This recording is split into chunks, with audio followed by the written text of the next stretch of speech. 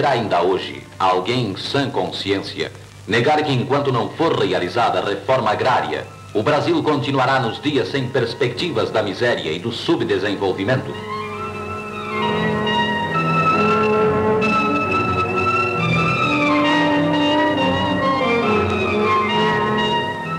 Terá ainda alguém o direito de negar que o latifúndio, protegido por uma estrutura feudal de regulamentação, vem apenas semeando a morte e mantendo a escravidão em plena terra de Canaã? Desde os primórdios de nossa existência como nação, a posse indiscriminada da terra transformou-se em injusto privilégio de alguns. O quadro desolador é a paisagem geral da vasta pátria. Mesmo na fértil região meridional, o panorama é o mesmo, pois da área rural do Rio Grande do Sul, menos de 14% é cultivada, sendo a causa da baixa produtividade e a má distribuição das terras. As pequenas propriedades ocupam apenas 20% da área rural, enquanto nem 3% de proprietários ocupam mais da metade do solo gaúcho. As imensas fazendas contribuem para a economia do Estado com apenas 10% do total de sua renda, enquanto o dobro vem das pequenas propriedades. É a ínfima produção dos latifúndios a causa básica da decrescente produção agrícola do Estado. No Rio Grande do Sul, os sem-terra se uniram reivindicando glebas e o governo, democraticamente, foi ao encontro do problema.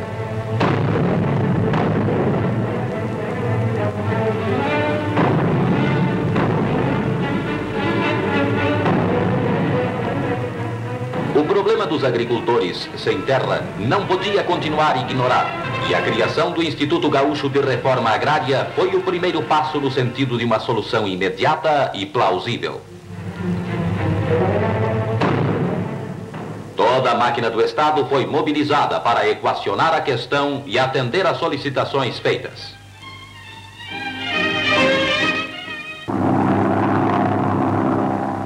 O IGRA, em ação pioneira, lançou-se na tarefa árdua depois dos estudos preliminares realizados por especialistas dentro de critérios norteados por um princípio até então jamais levado a efeito: dar terra a quem não tem terra e quer nela trabalhar. Recorreu-se às terras devolutas e à desapropriação por interesse social, estabelecendo-se vários núcleos de colonização. Aproximou-se o agricultor da terra, que até aquele momento lhe era negada.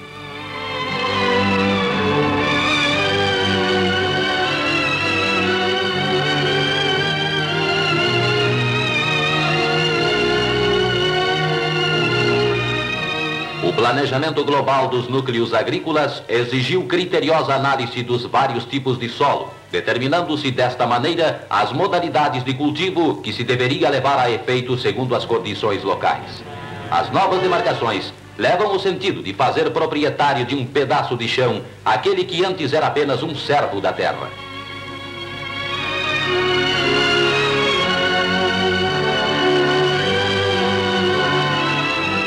Entre os sem-terra, procurou-se aqueles de maior tradição agrícola e capacidade de trabalho. E no solo, traçaram-se áreas formadas por pequenas propriedades organizadas, sempre que possível, sob a forma cooperativada. Foi adotado o sistema rotativo das atividades agrícolas, alternando-se o plantio com a criação de gado leiteiro, evitando-se desta maneira o desgaste excessivo da terra. O trabalho coletivo foi estimulado inclusive para a construção das casas, formando-se núcleos residenciais dignos de criaturas humanas.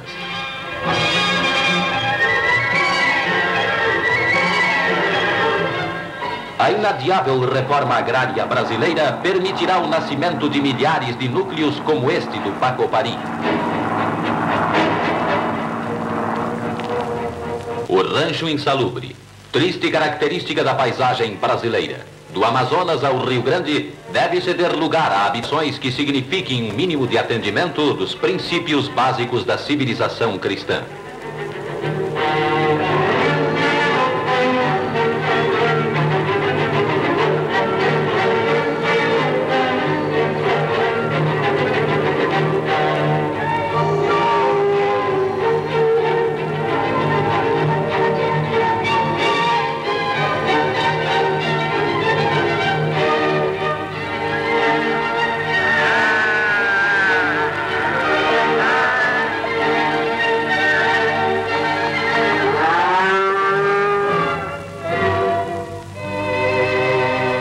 Fixado agora ao solo como proprietário e não como servo, o agricultor enfrenta com otimismo a dura tarefa do amaino da terra.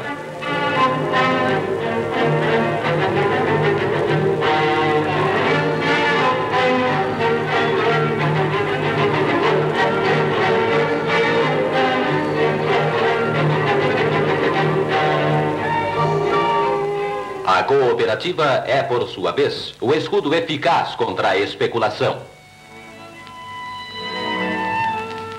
Comprova-se no estado gaúcho que a reforma agrária é o meio mais eficiente de se levar às populações rurais as conquistas básicas de nossa época.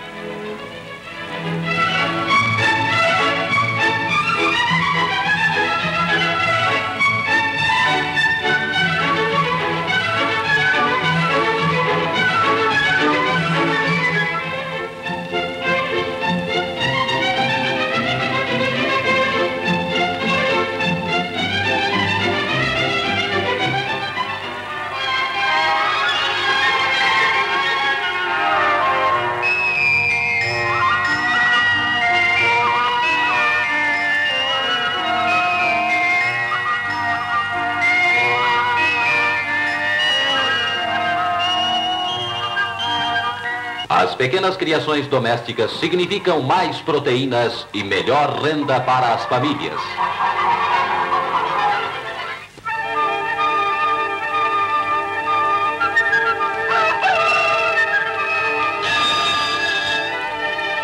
Começa bem cedo o dia do agricultor e juntos se dirigem para a faina comum.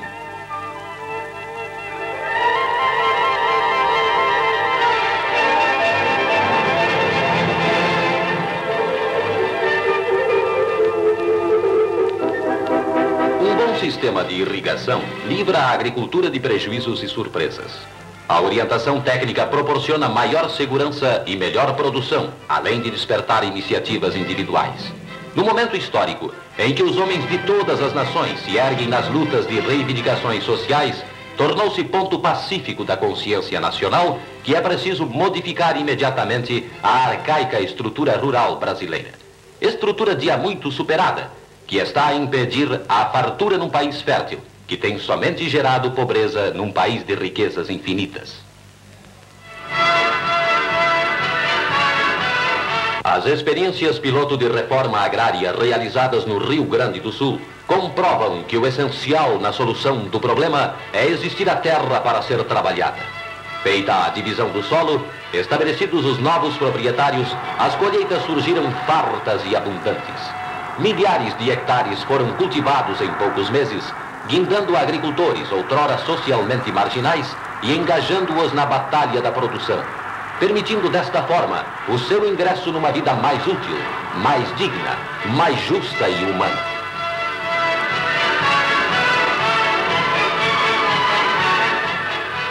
Somente a primeira colheita de milho no banhado do colégio em Camaquã atingiu mais de 200 milhões de cruzeiros, permitindo que cada agricultor, gente que antes praticamente nada lucrava e nada produzia, pudesse oferir em média uma renda superior a 1 milhão de cruzeiros por família.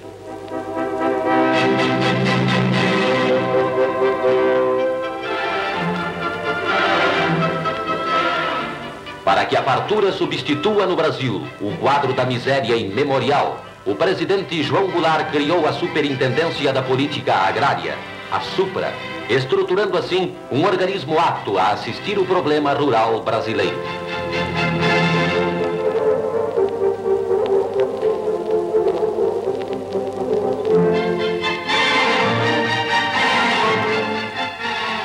Agora, toda a nação está à espera de uma decisão.